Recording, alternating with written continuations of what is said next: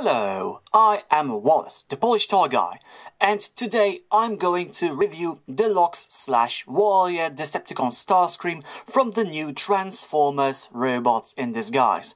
Now, I know I already tackled this toy in another video, but that video was concentrating on showing you how to transform this toy between its modes, and this one's today is concentrating on discussing whether this toy is actually worth your attention. And my initial forecast for this toy is, it depends, and I'm going to show you why in a second. First, let's talk about the old mode, the jet mode of Starscream, which is a nice combination, or maybe perhaps a tribute to Generation 1 Starscream. I really like jets and planes with reversed wing geometry, and this looks really nice with all of this grey, blue touches, red touches, orange cockpit.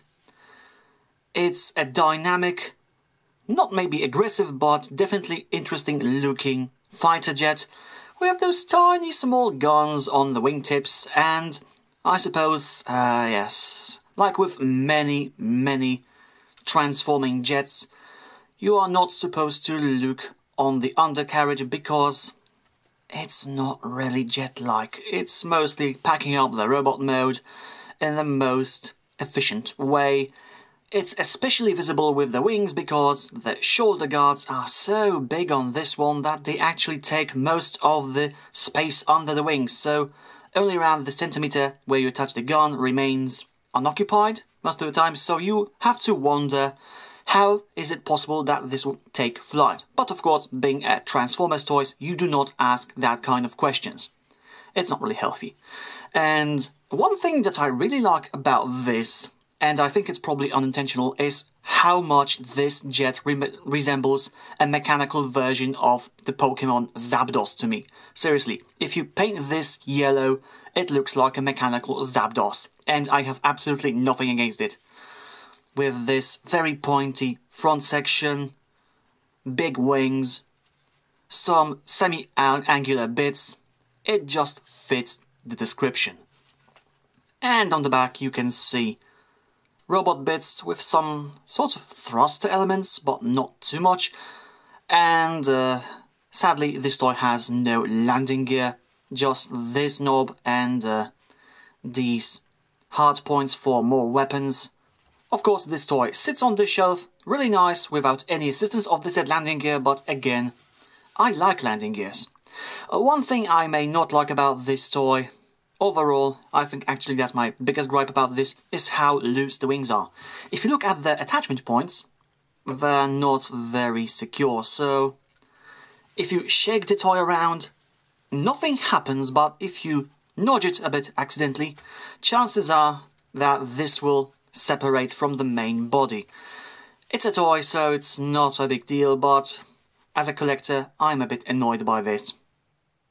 And I'm happy that these lower attachment points for the weapons are fully serviceable in this mode, so you can Rambo this jet mode up a bit if you so choose. But before we go to robot mode, I first want to show this toy compared to few other Transformers I currently have in flying modes. So let's start with Titans Return Deluxe Trigger Happy, and also Titans Return Deluxe Hybro, and finally Generations Deluxe IDW Stealth Megatron. And since I already did a fairly detailed transformation video for this toy, both from jet to robot mode and back, I'm not going to show you any transformation bits now. Instead, I'm going to jump straight to robot mode. And if you really want to see how to transform this toy, this video is always ready for you. And that's a nice robot mode in my opinion. It's a very nice combination of the Robots in Disguise cartoon style and Generation 1 Starscream.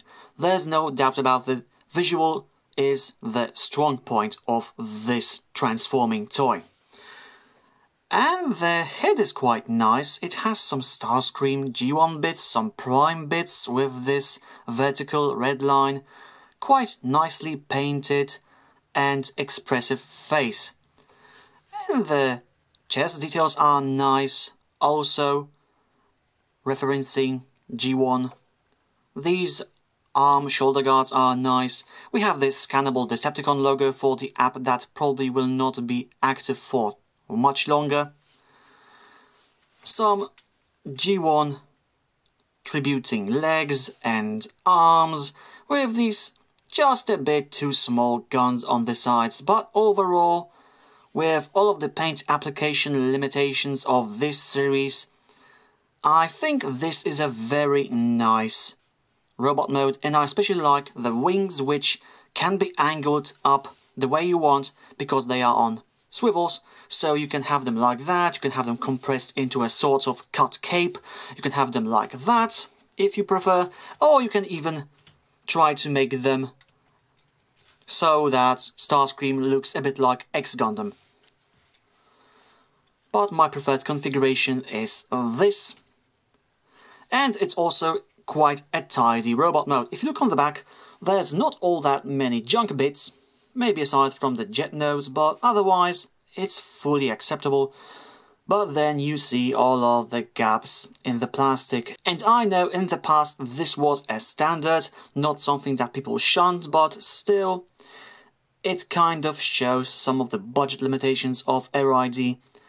It's acceptable on the arms, but here it's just very, very visible.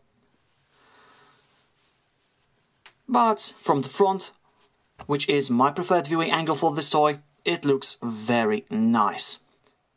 Posability-wise, Starscream is good. Not perfect, but fully acceptable.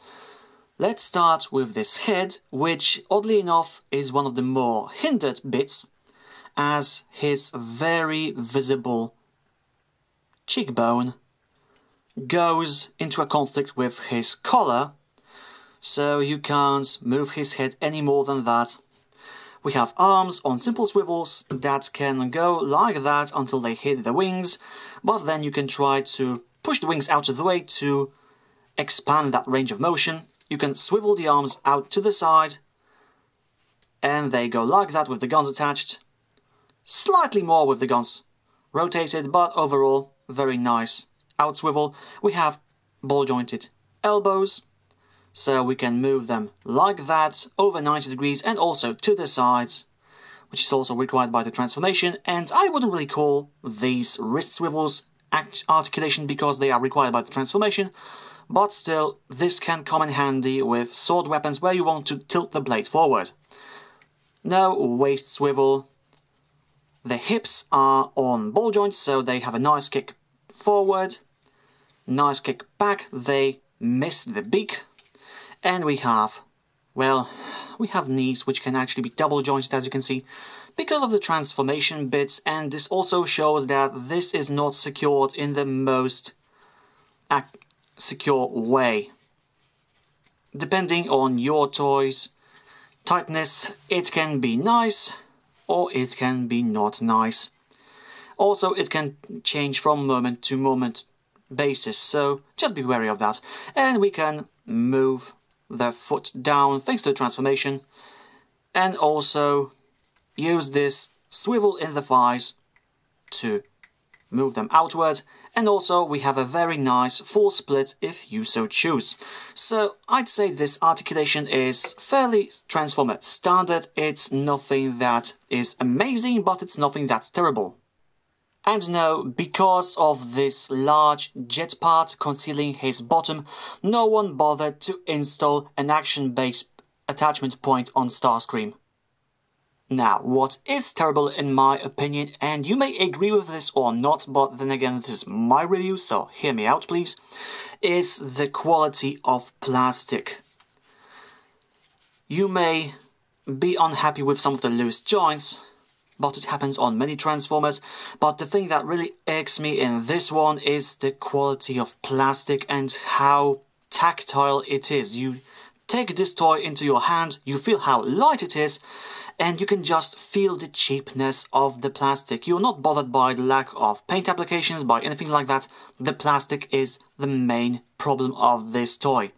And if you just have one toy in hand, that's not a problem. You may miss this point, but if you take this, for example, and then take into the other hand toys like Deluxe RID Optimus Prime, you can feel the difference and how utterly better and solid the plastic on Prime feels compared to this.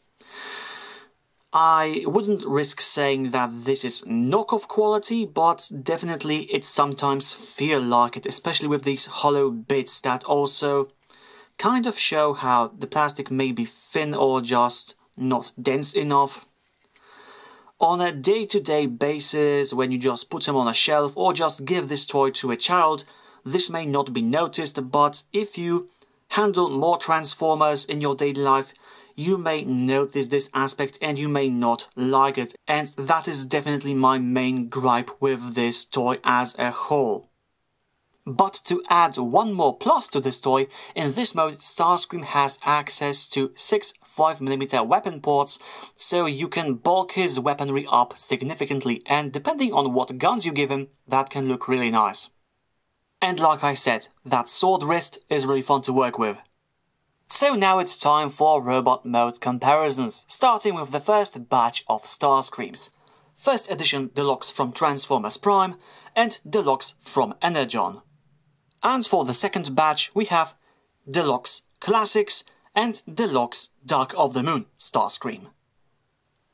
And for real life size comparisons, here we have the common cola can, $1 bill, your typical CD case, as well as your typical DVD case booklet, which I'm still really scared to open.